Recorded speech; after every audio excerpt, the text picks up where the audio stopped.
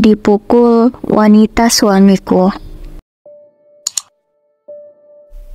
Assalamualaikum warahmatullahi wabarakatuh. Apa kabar Bunda? Semoga Allah selalu memberikan kebahagiaan. Aku seorang wanita berusia 50 tahun. Aku sudah memiliki 2 orang anak. Dan aku sudah menikah dengan suamiku selama 30 tahun. Anakku yang pertama sudah berusia 29 tahun. Sedangkan anak keduaku sekarang masih 20 tahun. Sejak mereka sudah mengerti apa itu rumah tangga, anak-anakku menyuruh aku bercerai saja dengan ayah mereka. Sejak mereka paham apa itu kekerasan dalam rumah tangga, mereka selalu menuntutku agar meninggalkan ayah mereka. Tapi aku tak pernah melakukannya. Aku masih tetap dalam pendirianku. Aku akan bertahan apapun yang terjadi. Berat memang, sakit, dan selalu menelan kekecewaan setiap harinya. Tapi sebagai istri, aku ingin berbakti pada suamiku dan setia. Aku sangat tulus mencintai suamiku. Aku tak ingin meninggalkannya. Hanya karena dia seperti ini padaku. Aku dan suamiku dulu kenal saat kami satu kerjaan. Kami saling mengenal dan jatuh cinta di sana. Hingga akhirnya kami berniat untuk ada hubungan serius.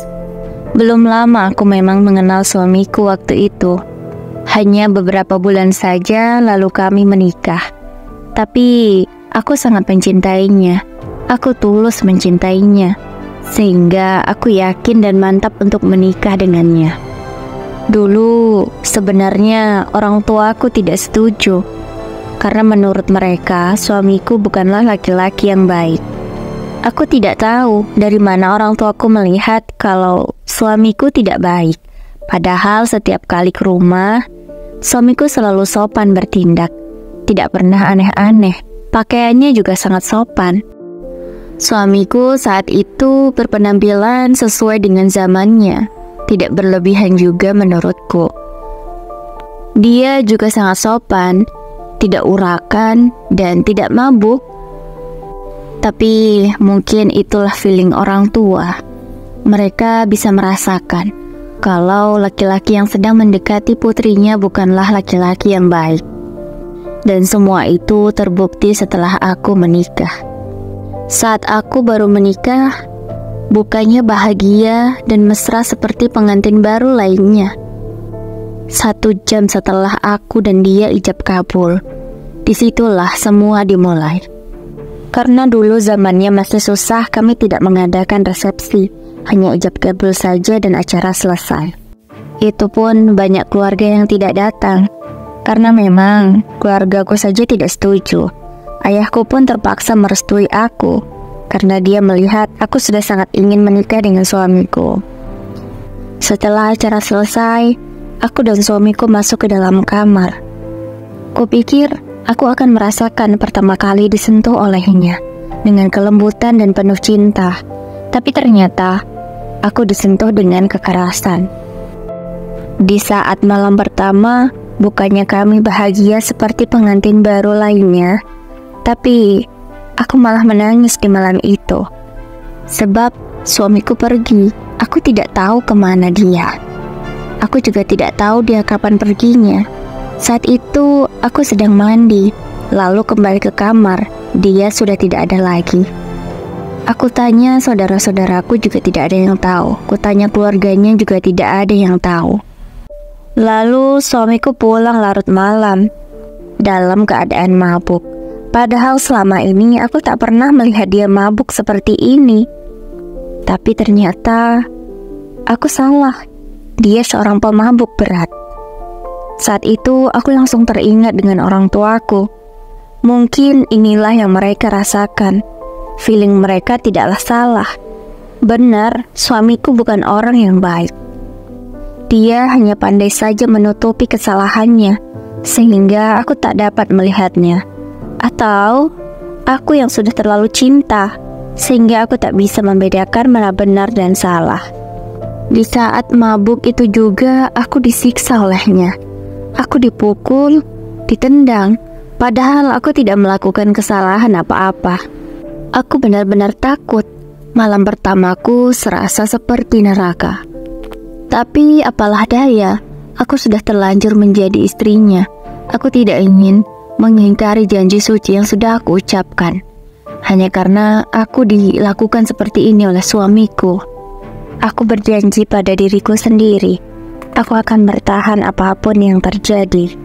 Hari demi hari berlalu, hingga akhirnya tepat di pernikahanku yang ke-4 bulan, aku hamil. Aku hamil anak pertama kami.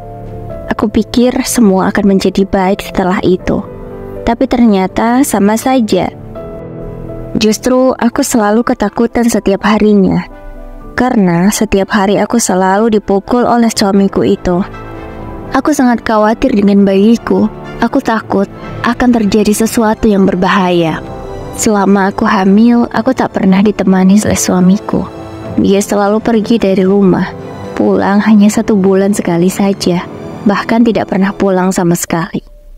Selama aku hamil sampai melahirkan, sudah banyak sekali wanita yang datang padaku mencari suamiku. Dan mereka beralasan bahwa mereka sudah ditiduri oleh suamiku. Aku pun mencatat setiap wanita yang datang. Aku ingin tahu sudah berapa banyak wanita yang ditiduri oleh suamiku di luar sana. Selama kehamilanku yang 9 bulan, sudah lebih dari 25 wanita yang datang padaku.